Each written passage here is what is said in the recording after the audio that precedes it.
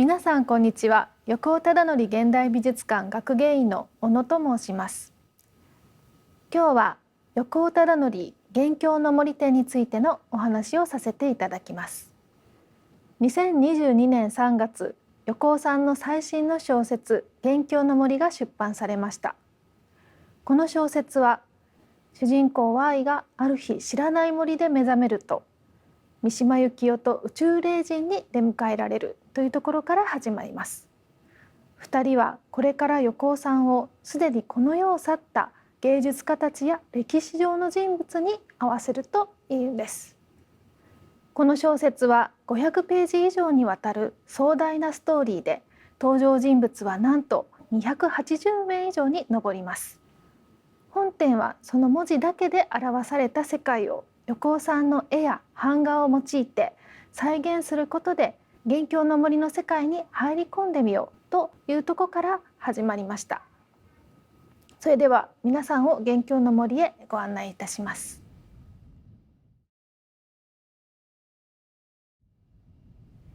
元凶の森の主な舞台は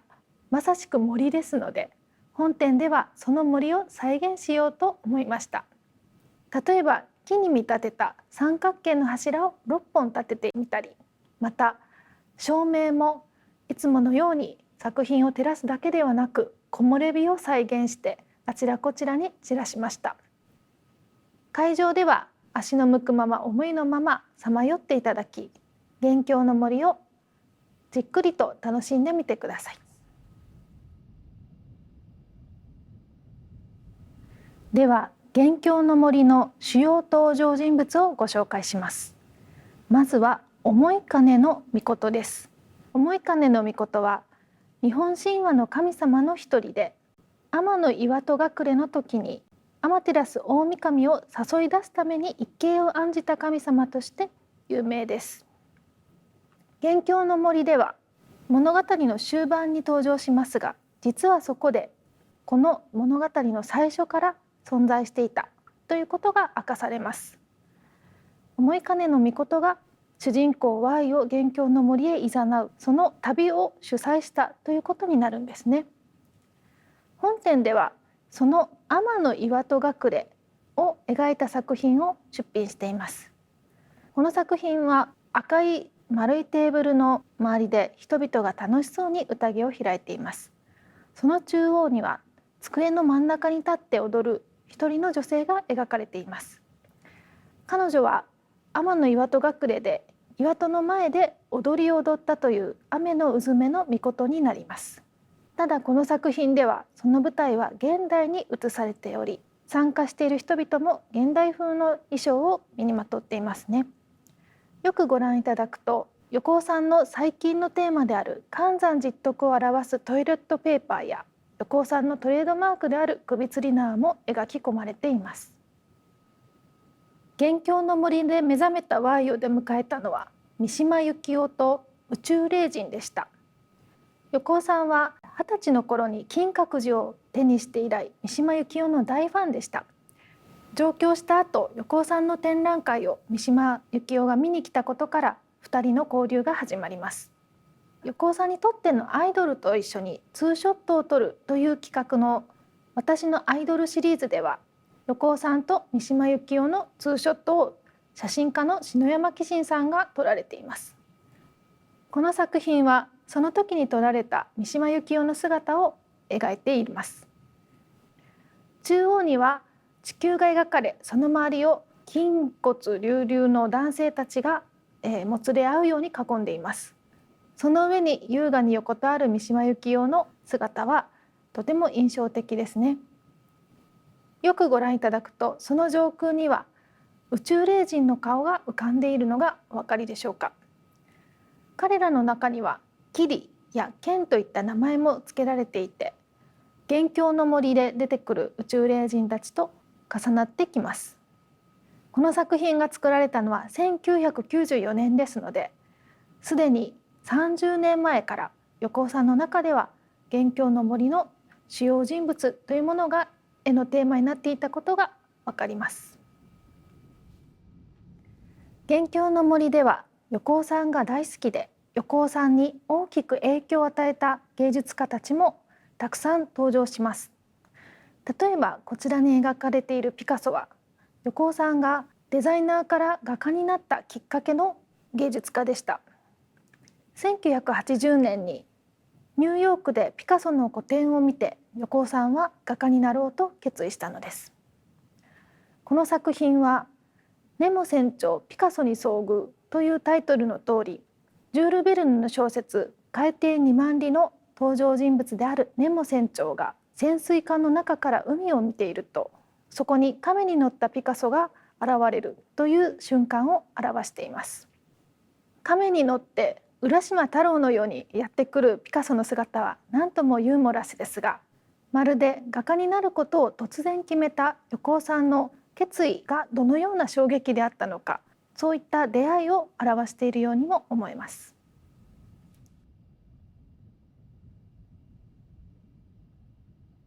ジョルジョ・デ・キリコも横尾さんにとって重要な作家になります。キリコは自分の作品を繰り返し描いたり、また異なった様式を展開したことで知られていますが、それは横尾さんの制作態度にも通じます。本展では横尾さんがキリコの作品を模写したこちらの絵を出品していますが、よくご覧いただきますと、その後に描かれました Y 字路シリーズの中にも同じキリコの模写が描き込まれていることがわかるかと思います。キリコは元凶の森にも大変よく現れます。そこで横尾さんに繰り返し絵を描くことや絵画上の技法についていろんなアドバイスを行います。マルセル・デュシャンもまた横尾さんにとって重要な作家で、彼の作品からさまざまなインスピレーションを受けています。このデュシャンピアンもその一つになります。タイトルであるデュシャンピアンはデュシャン好きやデュシャン通を意味する言葉ですが、この作品の中にもたくさんのデュシャンの作品が描き込まれています。中央にいる裸の女性は肌がピンク色に近く、横尾さんの初期の絵画作品であるピンクガールを思わせますね。本展ではピカソ、キリコ、デュシャン、その他たくさんの画家たちの姿、あるいは彼らの作品からインスピレーションを得た横尾さんの作品がたくさん展示されていますので、ぜひ探してみてください。小説元凶の森の装丁は横尾さんがデザインしました。そこには黒と白のボーダーに金色の文字が描かれています。本展の展覧会ポスターもそのデザインを踏襲し、白と黒のボーダー、したがって会場にもそのボーダー柄を取り込みました。横尾さんによると、このボーダー柄はピカソが晩年によく身につけた柄になります。またベネチアを訪れた際にゴンドラを漕ぐゴンドリエーレが着ていた制服でもあるといいます。近年横尾さんもまたこのボーダー柄を好んで身につけ、元凶の森のことを話すときは特にボーダー柄を着用しているんだというふうにおっしゃっています。この会場では小説の中から抜き出したセリフを至る所に散りばめています。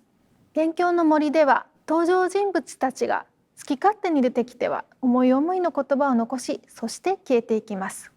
展覧会を訪れた皆さんにも主人公 Y のように思いがけない絵や思いがけないセリフと出会ってみていただけたらと思います。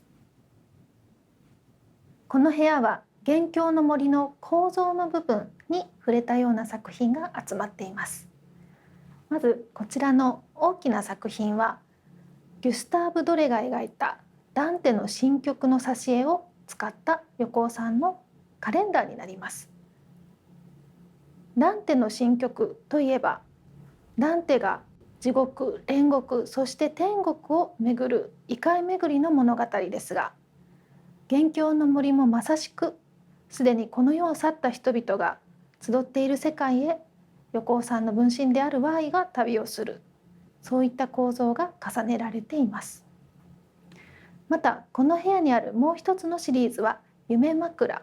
と言いまして、こちらは横尾さんが夢で見た内容を絵と文字で表したシリーズになります。元凶の森の始まりが主人公の Y が眠り、そして目覚めたら知らない森にいたというところから始まるように、元凶の森にとっても夢というのは大きなキーワードになります。また夢は横尾さんにとってさまざまな想像の源でありました。夢で見たものを描くことによって不思議な横尾さんの世界が作られているのかもしれません。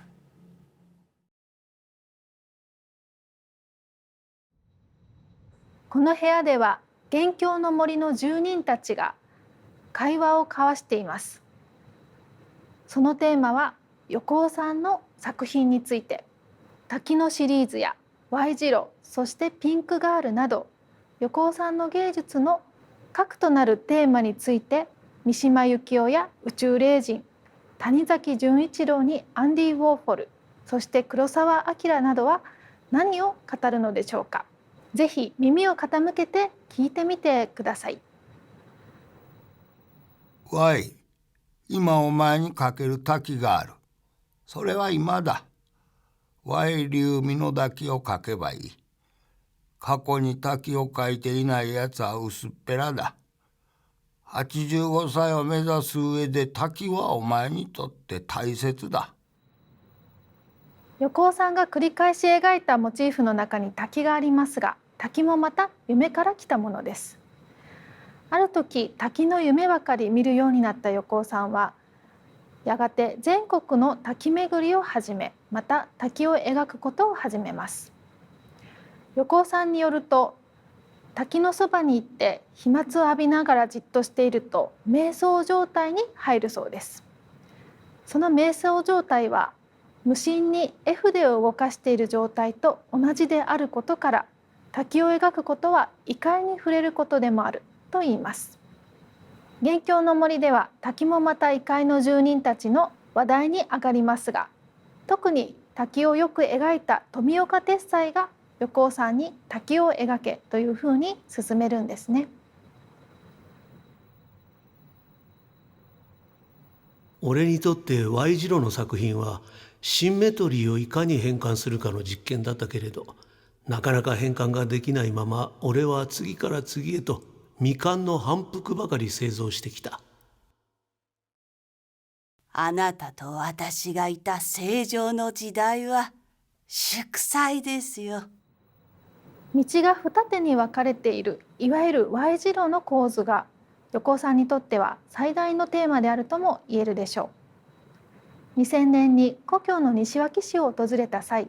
横尾さんが幼い頃に通ったという模型屋の跡地を写真に収めたことからこのシリーズは始まりました。それから横尾さんは Y 字路のテーマを何度も繰り返し描き、さまざまなバリエーションを制作してきました。その数およそ130点にも上ります。元凶の森の住人にとっても Y 字路はとても興味のあるテーマのようで、繰り返しいろんな登場人物が Y 字路について語ります。ショーペンハウエルか知らないけれど、君のデビュー当時流行っていたろう。芸術は模倣だと。あれが反復だよ。君が模倣というか模写する、それが反復だよ。反復ということが芸術の基本みたいなものだ。思想の反復、哲学の反復、それを解くやつがいないと、君は流行の先取りとしか思われない。これを解くやつがいないと、Y のやっていることはわからないだろうな。同じテーマやモチーフを少しずつ色や構図、シチュエーションを変えて何度も何度も描く、いわゆる反復の技法は横尾さんの作品を語る上で欠かせないテーマになります。この部屋だけでも滝のシリーズ、Y 字路のシリーズ、それからピンクガール、最新のテーマである寒山実徳というふうに横尾さんの芸術を形作ってきたさまざまな反復の成果が展示されています。君の赤い女をイコンにすればいいじゃないの。でももう少し技術が必要だね。寒山実徳は定観の文学と言われていた。あなたが寒山実徳の最後に消えることにえらく興味を持たれましたが、消えるのは溶け込ませていくことだと考えました。自分の分身だと思えばいいよ。Y 君の中にある間抜けな部分も賢い部分もかっこいい部分も自分の中の寒山実徳だと思えばいい。自分の中のあらゆる要素が寒山実徳なんだ。Y さん、この絵の中の首吊り縄は Y さんの情緒だと思う。反情緒性を描いた時はどこかに情緒性が欲しくなる。絵の中に反情緒と叙情が欲しいんじゃないかね。今、Y が味わっている肉体感覚が宇宙的感覚だ。これがエンドウ豆の法則だ。エンドウ豆になることは宇宙計画に賛成している証拠だ。君の Y 字路もピンクガールも滝もエンドウ豆の法則だ。元凶の森は2019年の8月から約2年間、雑誌文学界に連載として掲載されました。その2年の間に書き溜められた原稿を今回は横尾さんのご厚意によりお借りして展示しています。こちらの原稿をご覧いただくと、一枚一枚400字詰めの原稿用紙を横尾さんが手書きで書かれ、また推敲を重ねていった、そういった痕跡を見ることができます。横尾さんが元凶の森をどのように描き作っていったのか、そのようなことに思いを馳せてみてはいかがでしょうか。